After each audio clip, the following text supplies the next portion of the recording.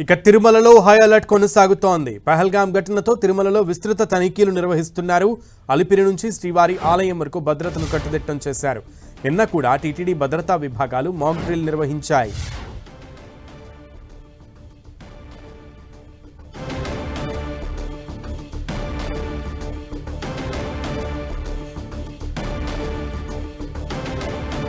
తిరుమలలో తాజా పరిస్థితిపై మా ప్రతినిధి శ్రీనివాస్ పూర్తి వివరాలు అందిస్తారు.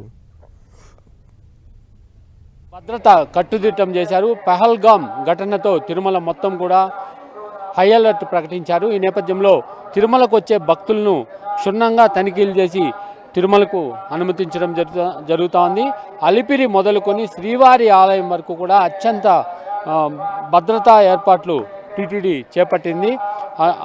ఏదైతే పహల్గాం ఉందో అక్కడ ఉగ్రవాదులు దాడిలో 27 మంది మృతి చెందిన తర్వాత తిరుమలలో హై అలర్ట్ ప్రకటించారు. దీంతో తిరుమల తిరుపతి దేవస్థానము అప్రమత్తమై ఎక్కడికక్కడ భక్తులను తనిఖీలు చేయడం కానీ ఇవన్నీ కూడా విస్తృతం చేసిందని చెప్పుకోవచ్చు. అలిపిరి వద్దనే భక్తులను విస్తృతంగా తనిఖీ చేసి తిరుమలకు అనుమతిస్తుంది. అయితే అలిపిరి నడక మార్గము అదేవిధంగా ఘాట్ రోడ్లలో కూడా అక్కడక్కడ భక్తులను తనిఖీ చేసే కార్యక్రమాన్ని టీటీడీ చేపట్టింది. నిన్నటి రోజున ఒక మాక్ డ్రిల్ కూడా తిరుమలలో ఆక్టోపస్ ఇటు పోలీసు విజిలెన్స్ మొత్తం వీళ్ళు 3 విభాగాలు కూడా ఒక మాక్ డ్రిల్ను కూడా నిర్వహించడం జరిగింది. అంటే ఏదైనా ఈ రకంగా ఉగ్రవాద చర్య ఏదైనా తిరుమలలో జరిగితే భక్తుల్ని ఏ రకంగా కాపాడాలన్న దాని మీద ప్రధానంగా భక్తులను కాపాడే విషయం మీద నిన్నటి రోజున మాక్ డ్రిల్ నిర్వహించారు.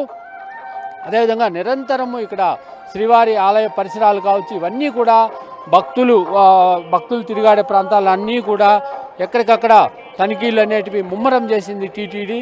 మొత్తం పహల్గాం ఘటనతో అప్రమత్తమైన టీటీడీ ఈ రకమైన భద్రతా ఏర్పాట్లను అయితే జిల్లా ఎస్పీ ఆధ్వర్యంలో అదేవిధంగా టీటీడీ చీఫ్ విజిలెన్స్ అధికారి ఆధ్వర్యంలో ఈ తనిఖీలు అనేటివి ఎక్కడికక్కడ ముమ్మరంగా టీటీడీ చేపడుతుంది. అయితే అక్కడక్కడ భక్తులకు ఎటువంటి ఇబ్బందులు లేకుండా కూడా టీటీడీ జాగ్రత్తలు తీసుకుంటూ ఈ తనిఖీల వల్ల భక్తులు ఇబ్బందులు పడకుండా కూడా జాగ్రత్తలు తీసుకొని తనిఖీలు అనేది నిర్వహిస్తుంది. ముఖ్యంగా శ్రీవారి ఆలయ మాడ వీధులు కావచ్చు పుష్కరిణి కావచ్చు ఇవన్నీ కూడా అంటే ఉగ్రవాద చర్యలు జరిగే అవకాశం ఉందని కేంద్ర ఇంటెలిజెన్స్ వర్గాలు హెచ్చరించిన నేపథ్యంలో ఇటు టీటీడీ అప్రమత్తమై అనేక రకాలుగా ఇక్కడ జాగ్రత్తలు తీసుకుంటుందని చెప్పుకోవచ్చు. మొత్తం తిరుమల అంతా కూడా ఒక నిఘా నీడలోకి వెళ్ళిపోయింది.